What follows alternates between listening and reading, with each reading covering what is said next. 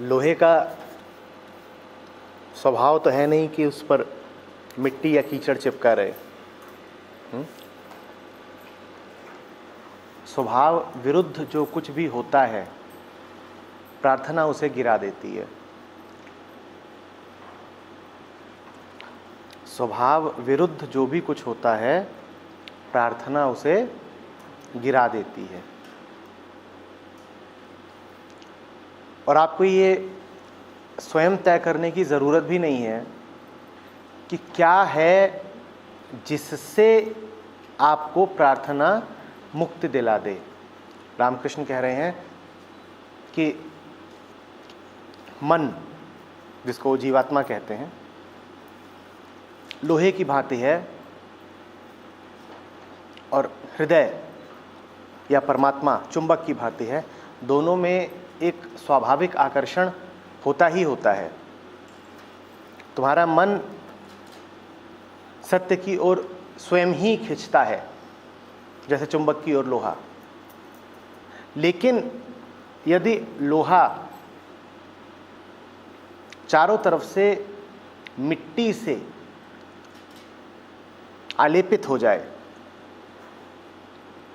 मिट्टी से घिर जाए, कीचड़ से घिर जाए, तो फिर उस तक चुंबक का आकर्षण नहीं पहुंच पाता। आप पूछ रही हैं कि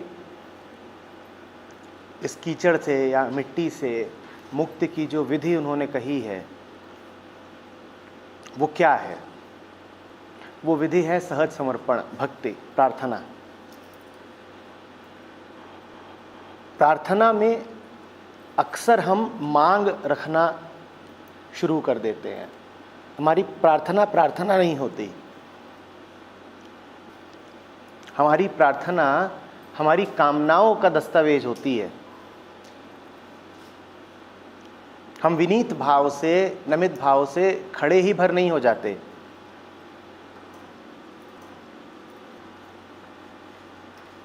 हम चाहतों की पूरी सूची परमात्मा के सामने रख देते हैं। हम कहते हैं ये मांग पूरी कर दो, ये मांग पूरी कर दो, ये मांग पूरी कर दो, ये मांग पूरी कर दो। हम कहते हैं दुनिया वैसी चले जैसी मैं चाहता हूं। हम तुम्हारे सामने झुकने इसलिए आए हैं ताकि तुम हमारी मांगे पूरी कर दो। ये प्रार्थना नहीं है, ये घना अहंकार है। और ऐसी प्रार्थना से फल नहीं मिलता, सजा जरूर मिलती है। यही कारण है कि हमारी प्रार्थनाएं विफल ही नहीं जाती, अक्सर हमें और गहरे कष्ट में छोड़ जाती हैं। हम प्रार्थना जानते ही नहीं। प्रार्थना का अर्थ होता है मैंने छोड़ा अब तू जान। और मैंने छोड़ा कहने के बाद अपनी वरीयताओं को, सही गलत की अपनी परिभाषाओं को फिर महत्व नहीं दिया जाता, फिर तो छोड़ा। वो छोड़ना वैसा ही है जैसे लोहा मिट्टी को छोड़ दे। लोहे और मिट्टी में कोई स्वभावगत, कोई जातिगत मेल तो है नहीं।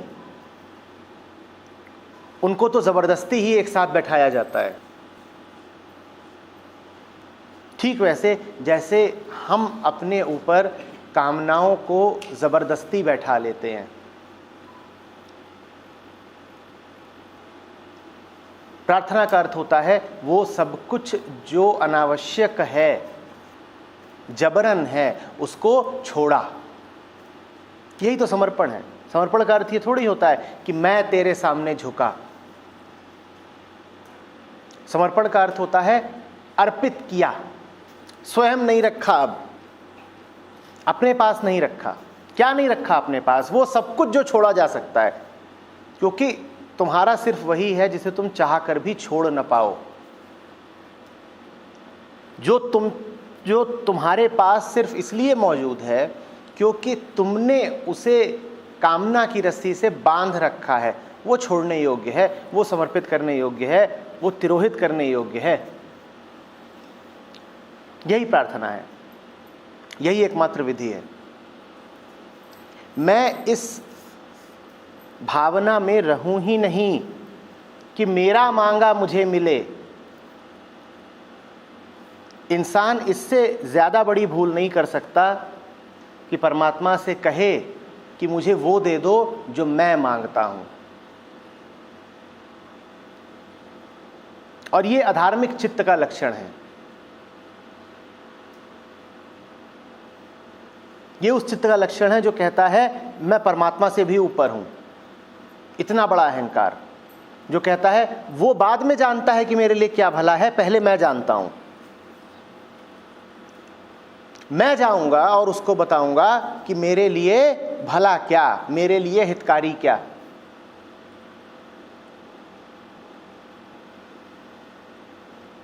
ये अधार्मिक चित्त है, ये अहंकार से भरा हुआ चित्त है, ये अकड़ से भरा हुआ चित्त है। इस चित्त को सिवाय दुख और क्लेश के कुछ नहीं मिलेगा।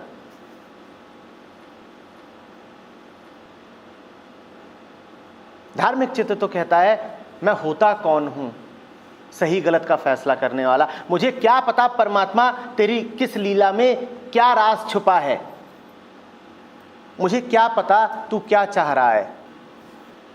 धार्मिक चित्त कहता है जैसी तेरी मर्जी,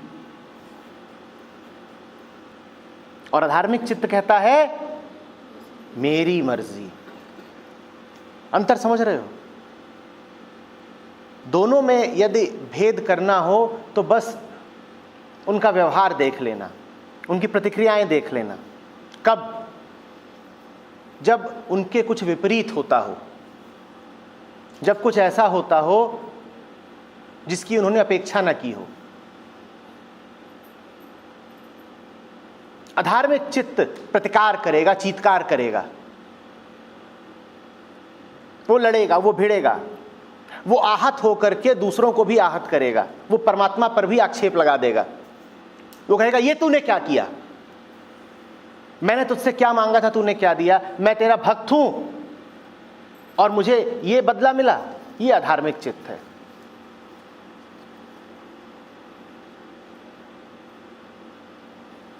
और धार्मिक चित्त कहेगा समझ में तो नहीं आता तू क्या करता है, पर तू कर रहा होगा तो ठीक ही होगा, तेरी माया तू ही जाने, लीला तेरी अपरंपार।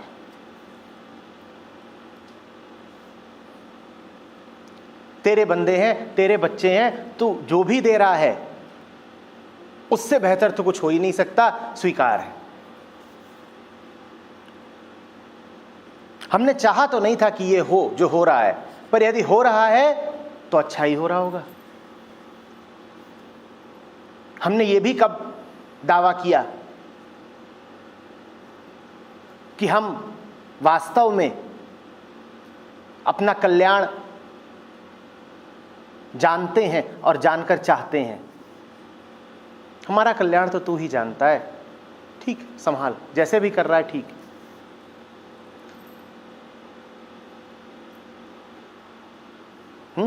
प्रार्थना समझते हैं क्या है? प्रार्थना है छोड़ा।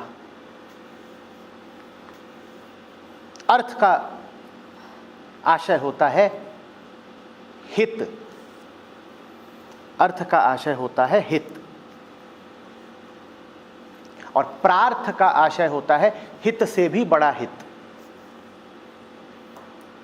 जब तुम स्वयं अपना हित साधो तो कहा जाएगा कि तुम अपना अर्थ साध रहे हो, उसी से फिर निकलता है स्वार्थ। जब तुम स्वयं अपना हित साधो तो वो है स्वार्थ, और जब तुम परमात्मा के हाथ अपना हित छोड़ दो तो वो है प्रार्थ, प्रार्थना। बात आ रही समझ में? जिसके पास प्रार्थना नहीं है उसके पास मात्र स्वार्थ है, और स्वार्थी व्यक्ति अपने आप ही नुकसान करता है और दूसरे का भी। वो बस एक बात चाहता है, मेरी इच्छा पूरी हो, मैं जो चाहता हूं दुनिया वैसी चले, और दुनिया वैसी नहीं चलेगी तो मैं जबरदस्ती करूंगा, मैं जोर लगाऊंगा। तुम्हारी जबरदस्ती किसी काम आनी नहीं है, तुम्हारी जबरदस्ती तुम्हें ही नुकसान पहुंचाएगी।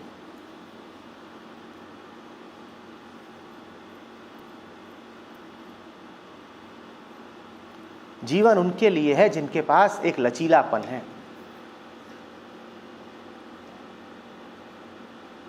लाओ त्सु खूब कहते हैं इस बारे में। वो कहते हैं पानी से सीखो और पत्थरों से सीखो। पत्थरों से कहीं ज़्यादा मजबूती पानी के पास है। पानी प्रार्थी है, पानी अड़ता नहीं, अकड़ता नहीं। पानी कहता है कि जो मुझे आवेग दे रहा है समुद्र की ओर जाने का, वही तो है ना जो मेरे सामने कभी कभार बड़े पत्थर, बड़ी चट्टानें और बड़ी बाधाएं ले आ देता है। मैं उसकी शिकायत करूं या मैं उसका एहसान मानूं? यदि मैं शिकायत करता हूं तो मैं ये भूल जाता हूं कि उसी ने तो मुझे वो गति बल दिया है जो मुझे सागर की ओर ले जाता है। तो मैं शिकायत नहीं करूंगा, मैं तो उपकार मानता हूं। मैं देखूंगा सामने बाधा आती है, मैं लोच रखूंगा, मैं मुड़ जाऊंगा, मैं थोड़ी देर को थम भी जाऊंगा। नदी आपने कोई ना देखी होगी जो एक सीधी रेखा में बहती है, सीधी रेखा में नहीं बहती, उसके पास लचक होती है। उसके सामने जैसी स्थिति आती जाती है वो उसके अनुसार समर्पण करती जाती है। इधर को ढलान आ गई तो इधर को चल दिए, उधर को बाधा आ गई तो जरा रुक गए, दायां काट लिया।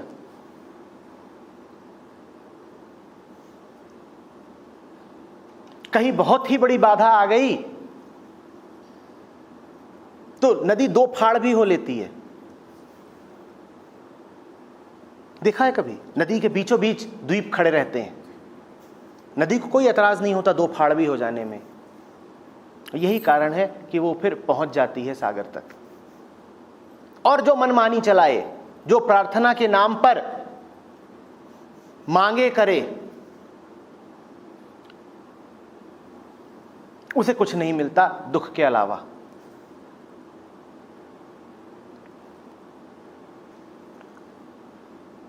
यदि जीवन में कोई एक चीज सीखने लायक है तो वो है प्रार्थना कैसे न करना।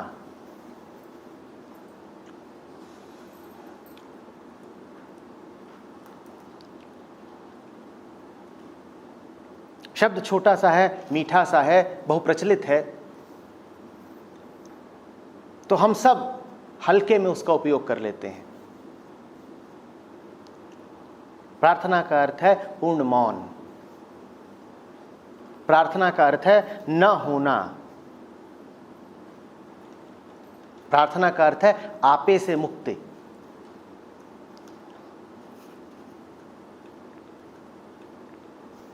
मंदिर में मूर्ति के सामने खड़े होकर के तुम यदि इच्छाओं की पूर्ति चाहते हो तो बड़े पागल हो। मंदिर इसलिए नहीं होता कि तुम्हारी इच्छाओं की पूर्ति हो जाए, मंदिर इसलिए होता है ताकि तुम्हें तुम्हारी सारी इच्छाएं अनावश्यक लगने लगें। जिस पगले में मंदिर में जाकर भी इच्छाएं शेष रह जाएं, वो मंदिर में अभी आया ही नहीं। मंदिर वो जगह है जहां इच्छाएं गिर जाएं, घुल जाएं, व्यर्थ प्रतीत होने लगें।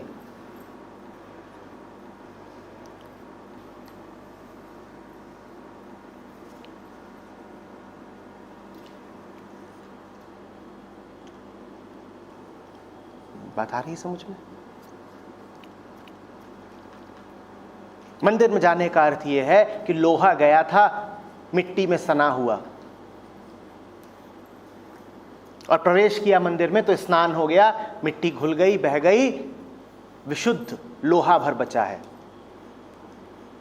और लोहा खड़ा होता है देवता के सामने तो देवता का चुंबकत्व खींच लेता है उसे, लोहा देवता से एक हो जाता है। रामकृष्ण के शब्दों में कहें तो जीवात्मा परमात्मा से मिल जाती है।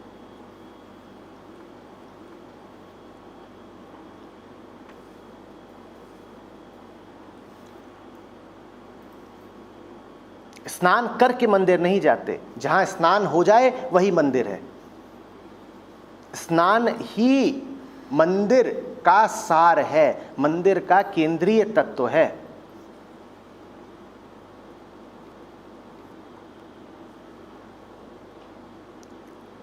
कीचड़ से सने लोहे को स्नान कराना कभी, फिर देखना कि वो अब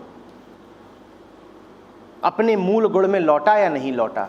स्नान हुआ नहीं कि तुम वही हो गए जो तुम हो, स्नान हुआ नहीं कि अब तुम्हें वही खींच लेगा जिससे मिलना तुम्हारी नियति है।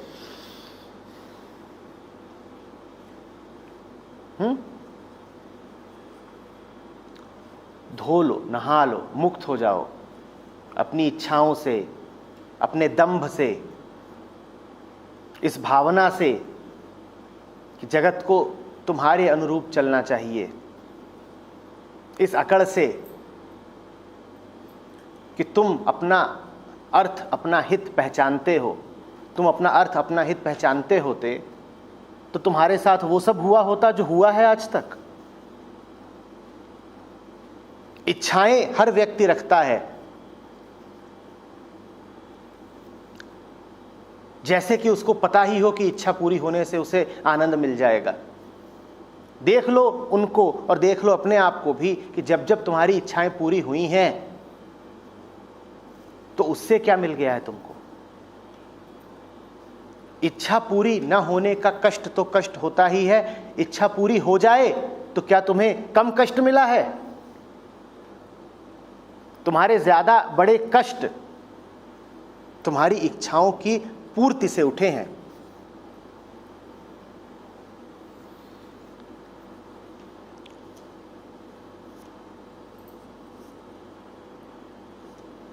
नहा लो, साफ हो जाओ, जो कुछ यूं ही पकड़े बैठे हो उसको छोड़ दो, यही प्रार्थना है।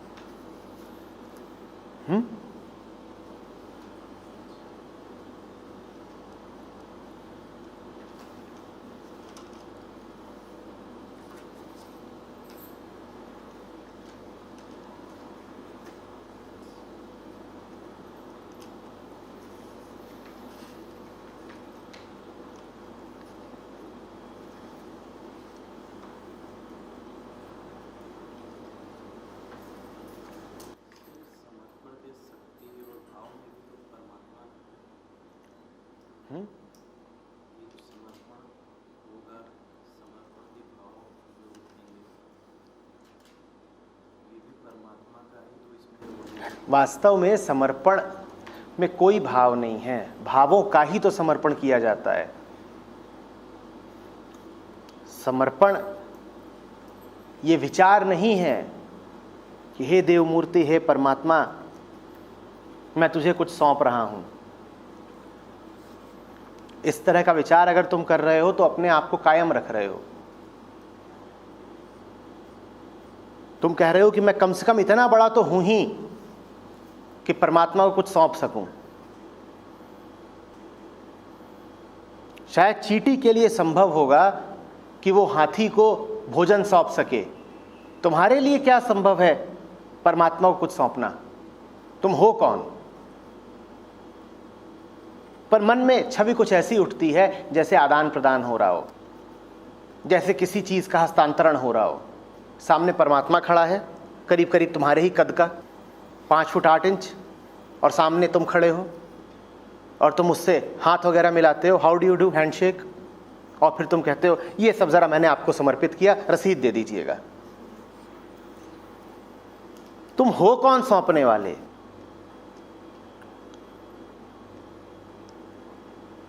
और तुम बड़ा विचार करते हो अभी दूं कि न दूं। तुम हो कौन? तुम देख नहीं रहे हो इन विचारों में कितनी अकड़ छुपी हुई है।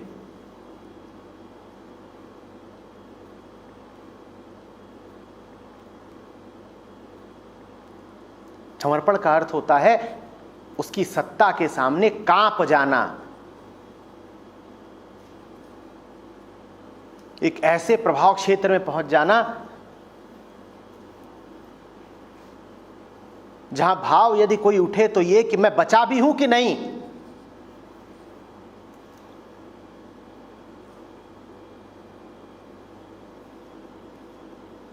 समर्पण व्यापारी की तरह नहीं किया जाता।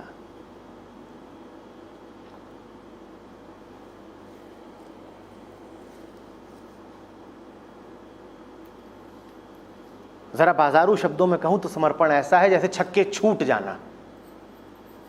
छक्के छूट गए, छूट गए, पता भी नहीं चला, इतनी जोर से कांपे कि वो सब जो बाहरी था, अनावश्यक था, वो झड़ गया। समर्पण है झड़ जाना।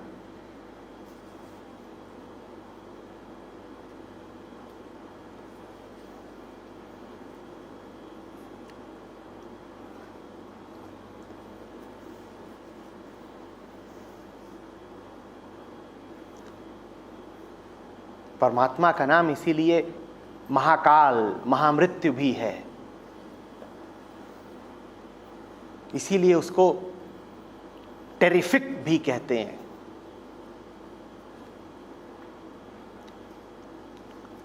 तुम टेरिफिक शब्द का प्रयोग यूं करते हो जब कोई चीज बड़ी भा जाए, तुम कहते हो टेरिफिक। पर टेरिफिक परमात्मा के लिए भी प्रयुक्त होता है, वो जो डरा दे, टेरिबल से उपजता है।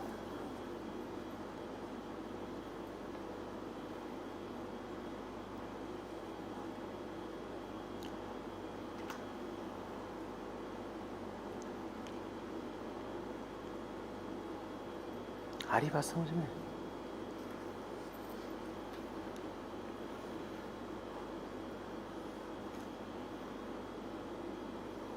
कभी देखा है जब कोई छोटा बच्चा होता है और मुट्ठियों में व्यर्थ की चीजें भरे हुए, एक मुट्ठी में शक्कर, एक मुट्ठी में मिट्टी, और डर जाए तो क्या हालत होती है? मुट्ठियां खुल जाती हैं, जो कुछ व्यर्थ पकड़ रखा होता है गिर जाता है। ऐसा होता है समर्पण। वहां ये सधा हुआ, संभाला हुआ चेहरा लेकर के न रह पाओगे। समर्पण में अवाक रह जाते हो, भौचक के, मुट्ठियां खुल जाती हैं, हृदय की ग्रंथियां खुल जाती हैं, मन के कोष्ठ खुल जाते हैं, कपाट खुल जाते हैं। चेहरे पर ये जो तुमने अभ्यास कर करके भाव पहन रखा है, ये जो सारी अकड़ है, ये जो सारी नादानी है, ये झड़ जाती है।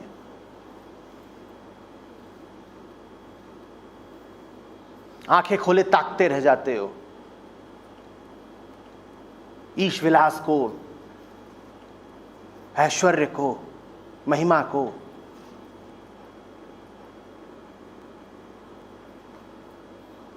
उसके रूप को भूल ही जाता है कि क्या क्या स्वप्न पाले हुए थे, उड़ गए, फाख्ता हो गए। लेकर गए थे मांगों की फहरिस्त, वो गिर गई, जल गई, कहां गई पता नहीं, हक्का बक्का खड़े हो। ये होता है समर्पण। मन की चक्की का चलना ही बंद हो गया। अब बोलोगे क्या? कोई कहे भी कि कुछ बोलो तो गूंगे की तरह आ आ आ करोगे, आवाज ही नहीं फूटेगी। ये होता है समर्पण।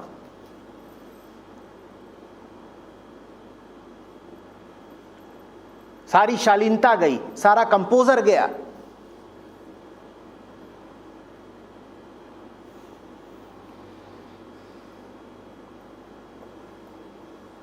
मूर्ख की तरह आंख फाड़े निहारते हो। ये होता है समर्पण।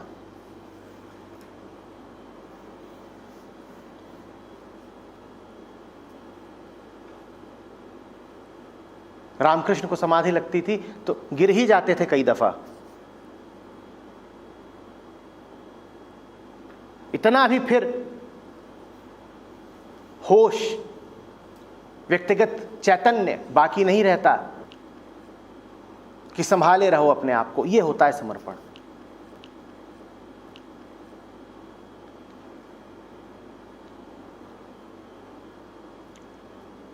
समर्पण होता है बिजली का ऐसा झटका कि झन्ना आ जाओ।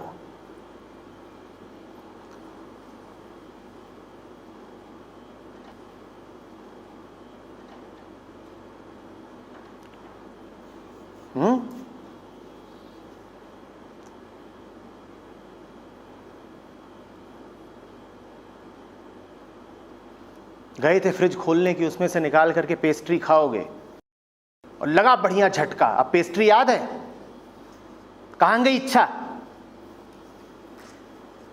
जब तक मांगे लेके घूम रहे हो और प्रार्थना पत्र लेके घूम रहे हो, पेस्ट्री चाहिए, केक चाहिए, समोसा चाहिए, ये भी चाहिए, वो भी चाहिए, तो अभी तुम्हें झटका लगा कहां? अभी तो तुम ईश्वरीय सत्ता से रूबरू हुए ही नहीं। अभी तो तुम बचकानी हरकतें कर रहे हो। अभी तो तुम समोसे और टॉफी के लेवल पर खेल रहे हो। ऐसा लगेगा झटका कि सा मोह सा बोला भी ना जाएगा। अभी तो तुम्हें बहुत कुछ चाहिए, अपने लिए कम, दूसरों के लिए ज्यादा। मेरा तो जो हो सो हो, उसकी जिंदगी मेरे हिसाब से चलनी चाहिए। ये सब अंट शंट ख्याल जब उड़नछू हो जाएं, तब जानना कि हुआ समर्पण।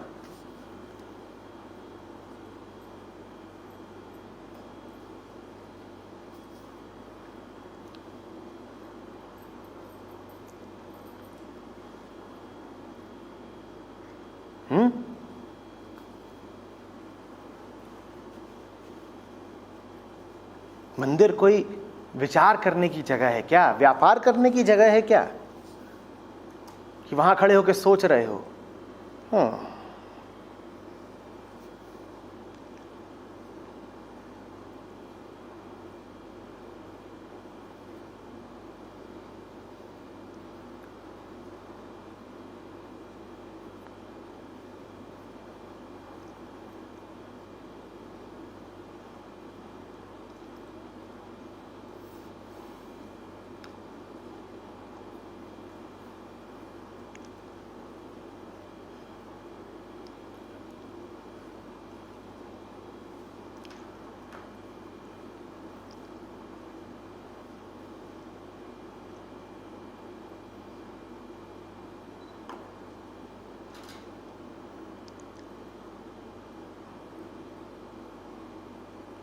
प्रार्थना मांग नहीं, मात्र धन्यवाद देना था ईश्वर को। ना, धन्यवाद भी नहीं है। जब लगेगा झटका तो बोल पाओगे धन्यवाद, इतना भी नहीं। तुम होते कौन हो धन्यवाद देने वाले? मां पैदा करती है तुम्हें, तो पैदा होते ही बोले थे धन्यवाद? बोले थे क्या? धन्यवाद देने में भी अपने कुछ होने की अकड़ निहित है कि मैं इतना बड़ा तो हूं ही कि कह सकूं आभार। आभार तुम हो कौन आभार व्यक्त करने वाले?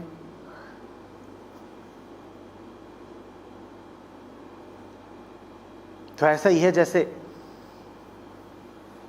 बादल आसमान को आभार दे, बूंद सागर को आभार व्यक्त करे।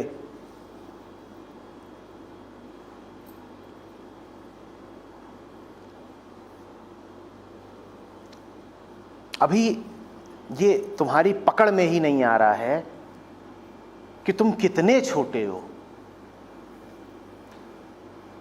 मैंने कहा मांग मत रखना, तो तुमने कहा ठीक है, कम से कम आभार तो दे सकते हैं।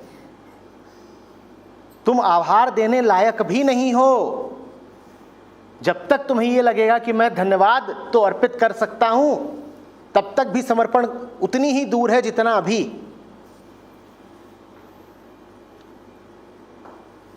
एक महाचुप्पी है प्रार्थना कि बोलना बेअदबी हो जाएगी, बोलना अपनी ही अभिव्यक्ति हो जाएगी।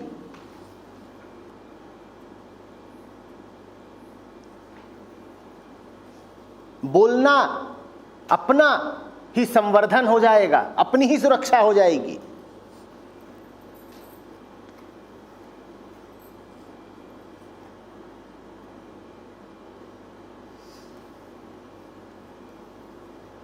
बोला तो चूके, सोचा तो चूके, ये प्रार्थना है।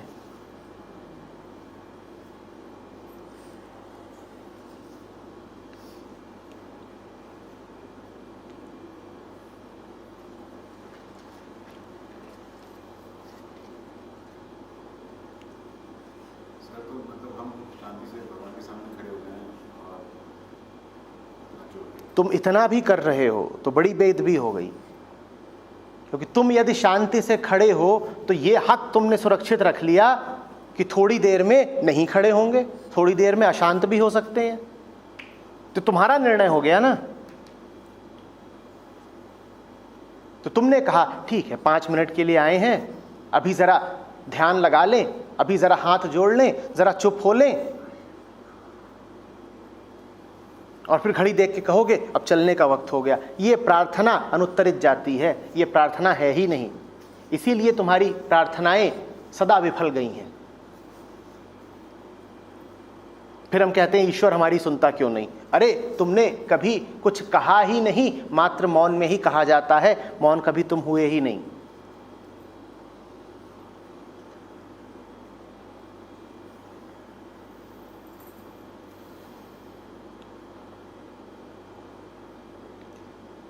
इसीलिए मैंने कहा कि सिर्फ एक चीज सीखने जैसी है, प्रार्थना कैसे न करना। इसकी शिक्षा अगर तुम्हें नहीं मिली है और बाकी शिक्षाओं से तुम्हें भर दिया गया है तो बड़े अभागे हो। यही हो रहा है हमारी दुनिया में, हमारे समाज में, हमारे शिक्षालयों में।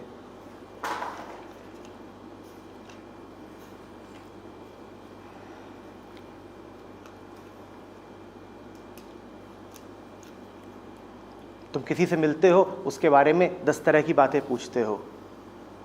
एक बात है बस पूछने लायक, क्या प्रार्थना आती है? होगा वो कोई भी, प्रार्थना नहीं आती तो धूल बराबर भी नहीं है। और दिखता होगा वो धूल बराबर, प्रार्थना यदि उसे आती है तो आसमान का तारा है।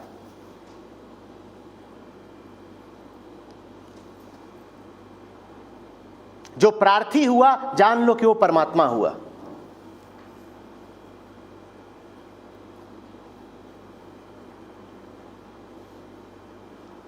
तुम्हारे और परमात्मा के बीच में तुम ही तो खड़े हो अपने शब्दों और अपनी कामनाओं के साथ। प्रार्थना का अर्थ होता है अपने आप को हटा दिया, अब मेरे और परमात्मा के बीच में मैं बचा ही नहीं। एक हो गए तो जो प्रार्थी हुआ वो परमात्मा हुआ।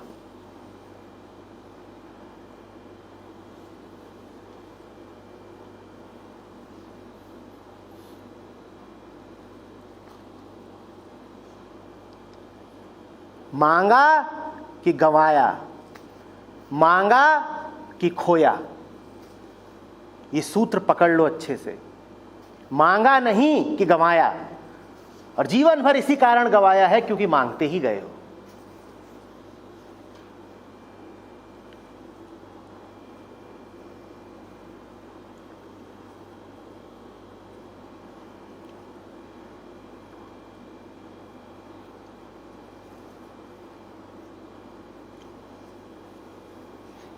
ये पानी है, इसको पी रहा हूं। पानी उपलब्ध है, होठों के पास है, गले तक पहुंच रहा है, और जब पानी पी रहा हूं ठीक उसी वक्त बोलूं पानी चाहिए, तो मैंने क्या किया? पानी पी ही रहा था और पीते पीते बोल रहा हूं पानी, तो मैंने क्या किया? उसकी उपलब्धता में व्यवधान डाल दिया। जो मिल ही रहा था उसको रोक के कह रहा हूं वही चाहिए। यह होता है मांगने पर। मिल रहा था, पी रहे थे, और फिर पीते से हटा के बोल रहे हैं पानी चाहिए। जैसे ही कहा पानी चाहिए तो पक्का हो गया कि तुमने पानी गवा दिया।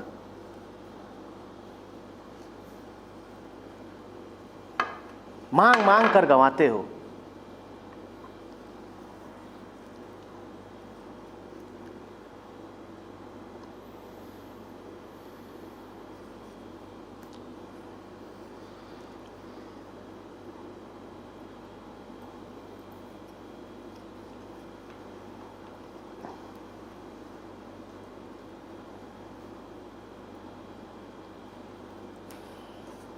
अस्तित्व छोटे छोटे नन्हे खरगोशों जैसा है। तुम उनका पीछा करो, तुम उन्हें पकड़ो, तुम उनकी कामना करो, तुम उन पर बल चलाओ, वो भागेंगे और तुम उन्हें पकड़ ना पाओगे, बहुत जोर भागेंगे। और तुम ठहर जाओ, तुम शांत हो जाओ, तुम बैठ जाओ, तुम मात्र प्रेम से निहारो उन्हें, वो स्वयं तुम्हारे पास आ जाएंगे, तुम्हारा पांव चाटना शुरू कर देंगे।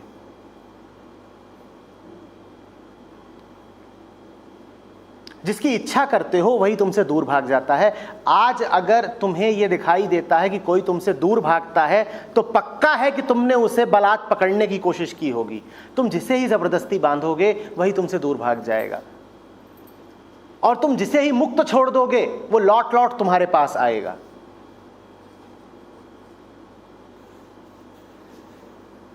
मत मांगो, अस्तित्व का खजाना तुम्हारे लिए खुला हुआ है। मांगोगे एक एक करके सारे दरवाजे तुम्हारे लिए बंद होते जाएंगे।